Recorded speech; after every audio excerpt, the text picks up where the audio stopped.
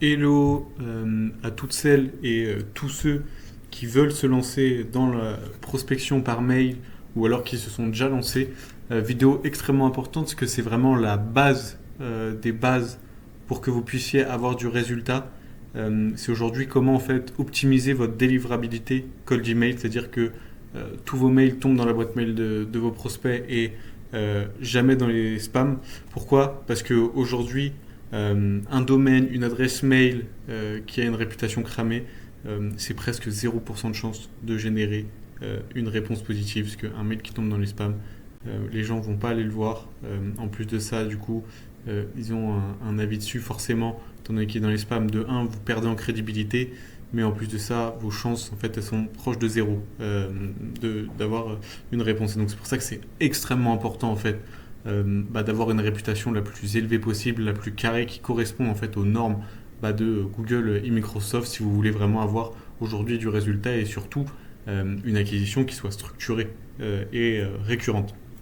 Donc en gros, les principes à comprendre, c'est que aujourd'hui, ton nom de domaine, ton adresse mail, elle a un score de confiance donné par Google et Microsoft. Ce score de confiance, évalue-le en pourcentage, c'est-à-dire qu'entre 0 et 100%. Forcément, plus ton score est haut, donc ça approche des 100%, plus du coup ta réputation DNS, donc tes chances d'aller dans la boîte mail des prospects sont élevées, et plus elle est basse, plus tes chances de tomber dans les spams le sont également. Donc l'idée, vous l'avez compris, c'est d'aller le plus haut possible, donc s'approcher des 100% et surtout les atteindre, quoi. Allez, moi je dirais ce qui est optimisé, ce serait au minimum d'avoir 95% et voilà 98%, 100%. Donc ça, c'est une chose extrêmement à comprendre. Pourquoi? Parce qu'en fait, chaque action que vous allez mener en faisant votre prospection, ça peut faire descendre votre score ou ça peut le faire augmenter. À savoir que le faire descendre, ça va être extrêmement simple si vous vous y prenez mal. Par contre, le faire monter, c'est extrêmement compliqué. Pourquoi? Parce que par exemple, chaque bounce, c'est-à-dire chaque mail qui va être rejeté, va faire baisser votre score. Chaque plainte, là, va le faire plonger, c'est-à-dire que ça va vraiment avoir un impact significatif. Et chaque réponse va le faire monter, voilà, monter doucement. Donc, vous vous en doutez, avoir des plaintes, c'est facile si on commence à faire du mass email, du très général. Par contre, avoir des réponses, c'est là où c'est plus compliqué. Donc voilà, c'est bien d'établir les faits dans un premier temps pour que vous puissiez comprendre. Et par la suite, de pouvoir bien voir les 5 piliers auxquels on va s'attaquer aujourd'hui pour avoir vraiment la délivrabilité qui soit la plus optimisée possible. Donc en 1, on va avoir l'infrastructure. Donc voilà, les noms de domaine, les adresses qui vont être créées. En 2, le warm-up qui est extrêmement important. En 3, le volume. Pareil aussi, dans la prospection, il y a des volumes à respecter. En 4, le contenu. Et en 5, la liste, à qui tu envoies. Comme ça, en fait, avec ces 5 étapes-là respectées, c'est là où on s'assure d'avoir notre réputation DNS la plus élevée possible et surtout voilà, que tous nos mails aillent dans la boîte mail des prospects et pas dans les spams. Donc en premier, l'infrastructure. Il va y avoir vraiment 3 étapes qui vont être extrêmement importantes. Dans un premier temps, jamais ton nom de domaine principal. Ça, c'est si tu le fais aujourd'hui, c'est extrêmement dangereux. Pourquoi? Parce que ton nom de domaine principal, déjà, il a déjà une réputation DNS. Donc, comme je l'ai expliqué juste avant, pour la faire monter, c'est compliqué, mais c'est surtout de la faire descendre. Ça va très vite, comme je l'ai dit. Et là, si c'est ton nom de domaine principal, il y a vraiment un vrai risque, c'est que ta boîte mail à toi, les boîtes mail des salariés tombent dans les spams, et ça c'est la pire chose possible. Du coup, ça peut vraiment flinguer ton nom de domaine et causer de gros problèmes, que ce soit des problèmes de logistique, mais aussi des pertes financières, parce que plus personne reçoit tes mails, ils tombent dans les spams. Et ça, c'est vraiment un réel problème. Donc c'est pour ça, dans un premier temps, jamais avec le nom de domaine principal. Ça sera toujours avec un nom de domaine qui ressemble à ta société, c'est-à-dire le nom de ta société, info, contact, pro, c'est à toi de voir, mais voilà, un nom de domaine qui ressemble, qui représente la société, mais qui ne l'est pas. Ensuite, par nom de domaine, 3 à 5 adresses mail. Par nom de domaine, vraiment maximum des maximums. Au-delà, en fait, là, tu augmentes tes chances de tomber dans les spams. Donc c'est pour ça, c'est ce quota à respecter. 3 à 5 adresses mail. 3 parce que quand même, tu peux faire du volume, et 5, voilà, grand maximum. Au-delà, là, ça commence à être dangereux et tu peux vraiment flinguer ta réputation DNS et ton nom de domaine. Et ensuite, de bien configurer ton SPF, DKIM et ton DMARC. Extrêmement important, ça c'est vraiment les prémices, c'est obligatoire dans un premier temps. Si tu veux prospecter, c'est vraiment que tu aies l'infrastructure qui soit la plus carrée possible. Si jamais il y a un de ces 3 qui n'est pas respecté, déjà tu commences très mal et les chances que tu crames ton nom de domaine, que tu sois en spam d'office, elles sont presque assurées. Donc c'est pour ça, l'infrastructure extrêmement important. Une fois que l'infrastructure mail est créée, on va passer au warm-up. Le warm-up, c'est quoi? C'est le préchauffage. C'est extrêmement important de préchauffer parce que tes adresses mail viennent d'être créées, ton nom de domaine vient d'être acheté. Et donc c'est pour ça que c'est important de les préchauffer, c'est-à-dire de les faire s'entraîner, donc pour que petit à petit en fait ils montent en température, pour que le transcript ce soit plutôt petit à petit en fait qu'on trompe l'avis de Google et Microsoft qui pensent en fait que ok c'est des vraies personnes et donc c'est là qu'ils augmentent la réputation DNS, donc ils augmentent tes pourcentages, donc ta notation entre 0 et 100%. Donc pour le warm-up, les choses extrêmement importantes, ça va être 2 semaines de chauffe minimum. C'est le grand minimum, voilà, les adresses mail de les faire préchauffer pendant 2 semaines, c'est-à-dire qu'elles s'envoient des mails entre elles pour faire croire que c'est des vraies personnes derrière. Donc ça c'est extrêmement important, c'est vraiment je pense la règle la plus importante, c'est les 2 semaines de chauffe. Pourquoi? Parce qu'une adresse neuve qui envoie fort, c'est grillé directement. La montée aussi en charge progressif, c'est pas forcément le plus important, mais c'est conseillé, c'est toujours bien. Une adresse mail qui vient d'être créée, qui sort de warm-up, voilà, tu démarres à 5 mails par jour et tu montes doucement. Après, normalement, une fois les 2 semaines, si tu as fait un bon warm-up, tu pourrais déjà commencer à envoyer un peu plus de volume, mais si tu veux vraiment être sécurisé et te dire ok je vais avoir la meilleure réputation et je peux prendre mon temps, et 5 mails par jour et tu es une montée progressive, c'est à dire que semaine d'après peut-être passer à 7, 8 et ensuite le warm-up en continu, pas juste au début, c'est à dire que tu préchauffes au début forcément mais il faut toujours chauffer en continu parce que entre temps pendant que tes campagnes vont tourner, comme je t'ai dit, si jamais tu te fais signaler, si jamais tu as de la réponse positive, négative, ta réputation peut baisser. Et ça, c'est une problématique. Et du coup, c'est pour ça qu'il faut toujours refaire partir en warm-up, enfin toujours avoir un warm-up continu pour jamais que cette réputation-là, donc ce pourcentage, chute drastiquement et impacte de tes résultats, ton nom de domaine. Donc c'est pour ça, avoir toujours un warm-up continu, même pendant tes campagnes. Donc voilà pour le warm-up. Et ensuite, en 3, on va avoir la volumétrie. C'est-à-dire qu'une fois qu'on a créé l'infrastructure, qu'on a fait partir en préchauffage, voilà, qu'on a bien préparé, maintenant, quel est le volume? Sur quel volume on va s'établir? Ce que je conseille, moi, en ayant lancé vraiment des centaines, même plusieurs centaines, je pense que je m'approche du millier de campagnes, ça serait 25 mails par jour et par adresse maximum. Certains vont dire 100, 200. Pour moi, c'est extrêmement risqué. Du jour au lendemain, ton nom de domaine peut vraiment être flingué.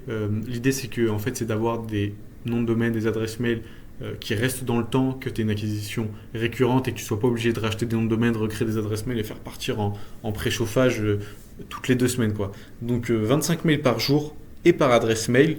Donc après, c'est à toi de voir entre 3 ou 5 adresse mail par nom de domaine, mais voilà, pas plus. Je déconseille parce qu'à partir de ce moment-là, il y a un risque pour moi que ça baisse ta réputation.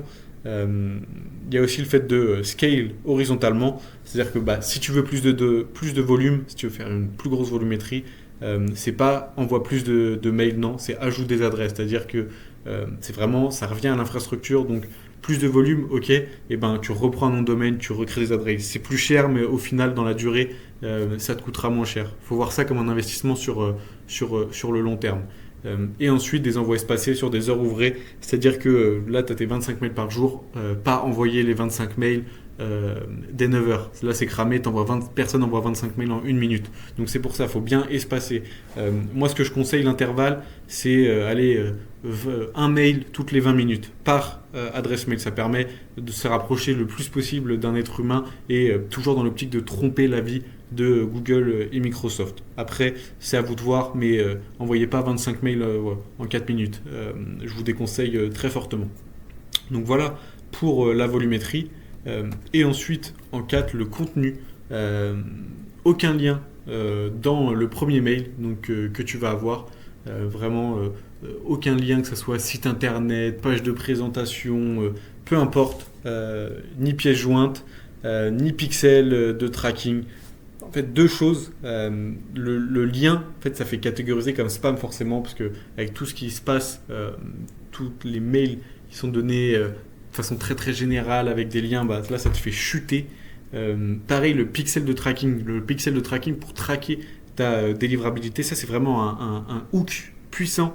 Les gens veulent traquer, mais pour moi c'est pas ce qui est primordial.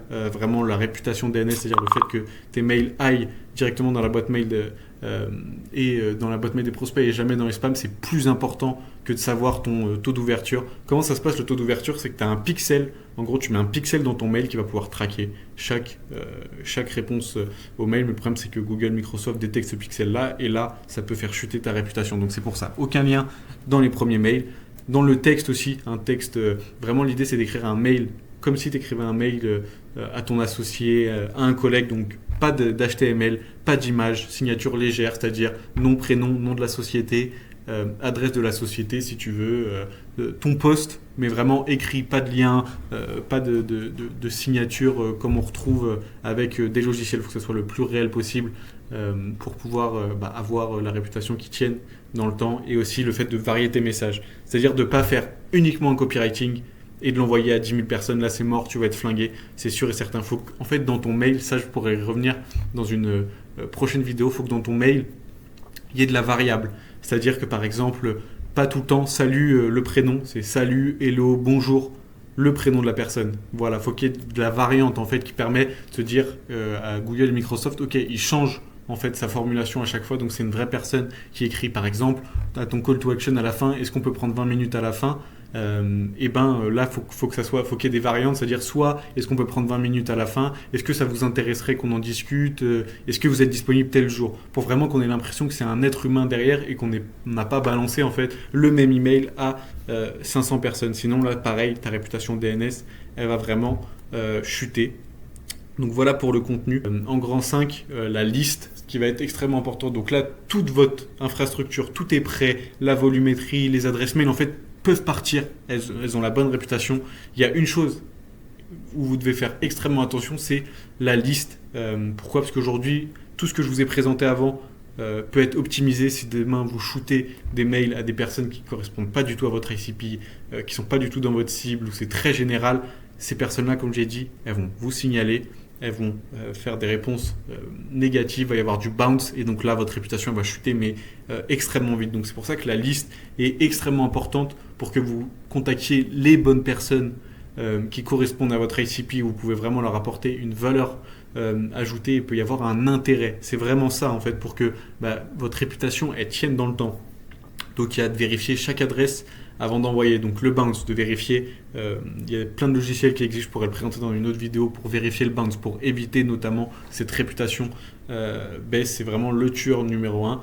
Le fait d'éviter aussi les listes achetées, je vous conseille vraiment de vous former par exemple pour apprendre à scraper vous-même, que d'acheter une liste générale qui, ça se trouve, n'est plus d'actualité, n'est pas qualitative et derrière va vous flinguer votre réputation DNS. Cette liste-là, vous allez peut-être l'acheter moins cher que si vous faisiez vous-même, mais derrière, ça va vous coûter beaucoup plus cher si vous flinguez toute votre infrastructure.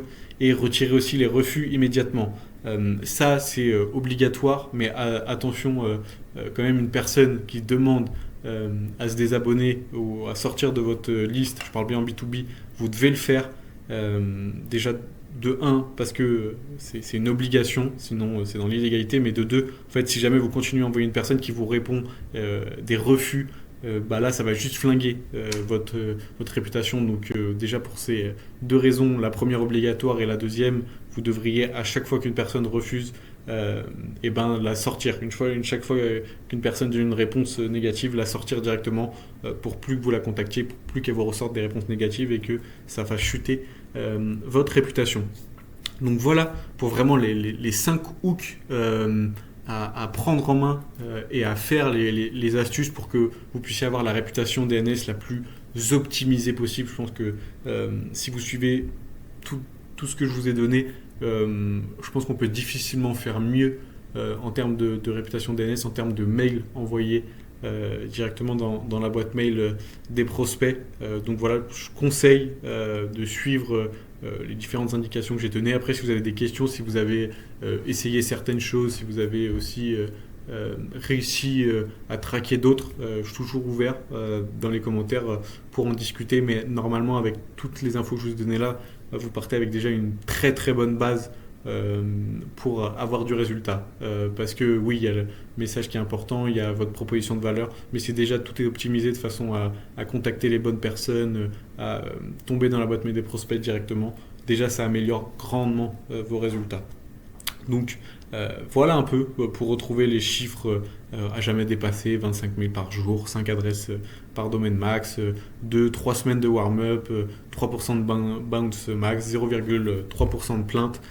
Après, c'est des chiffres, voilà, si ça augmente un peu, par exemple, le pourcentage de bounce, le pourcentage de plainte max, genre 0,4%, ça peut aller, mais après, on commence à jongler en fait avec la ligne justement ça va commencer à détériorer notre réputation DNS. Donc voilà un peu, justement, c'est ça, c'est à partir de, en fait, quand tu commences à arriver au-dessus, c'est plus une question de si tu crames, c'est quand est-ce que en fait, tes adresses mail, ton nom de domaine, ta réputation va cramer. Voilà pour toutes les infos et les différences. Donc aujourd'hui des mails qui passent versus celui qui crame pour que vous compreniez vraiment bien. C'est les objets en majuscules avec gratuit, 3 liens et une signature avec le logo, le même texte pour 5000 contacts et envoyé depuis ton domaine principal. Donc là, on est vraiment dans les choses qu'il faut absolument éviter si vous voulez avoir du résultat, si vous voulez déjà même ne serait-ce que contacter les personnes. Et aujourd'hui, pour ce qui passe, c'est un objet court en minuscule, humain, 0 lien, 0 image, un texte brut, personnalisé, vraiment, mettez des variables, mettez des variantes, 5 lignes max, ça c'est à vous de voir. Et un domaine secondaire chauffé avec 25 mails par jour par boîte mail. Voilà pour la fin de la vidéo. Je sais que c'était pas mal long, mais c'est une vidéo extrêmement importante parce que c'est vraiment les prémices. Aujourd'hui, si vous voulez lancer votre prospection. Donc voilà, j'ai oublié de me présenter, je suis Mathis, je suis le cofondateur de Prosperan, un logiciel de prospection qui fait notamment toutes vos séquences, mail, LinkedIn, vous pouvez faire votre call ou alors à côté vous avez votre agent IA qui s'occupe de toute votre prospection et l'une des choses les plus importantes c'est que lui il suit tout ce que je vous ai donné et donc là il vous assure d'avoir les meilleurs résultats et la meilleure réputation possible. Donc voilà, si vous avez des questions, n'hésitez pas et on se dit à très vite avec une vidéo très prochainement dans les prochains jours. Merci.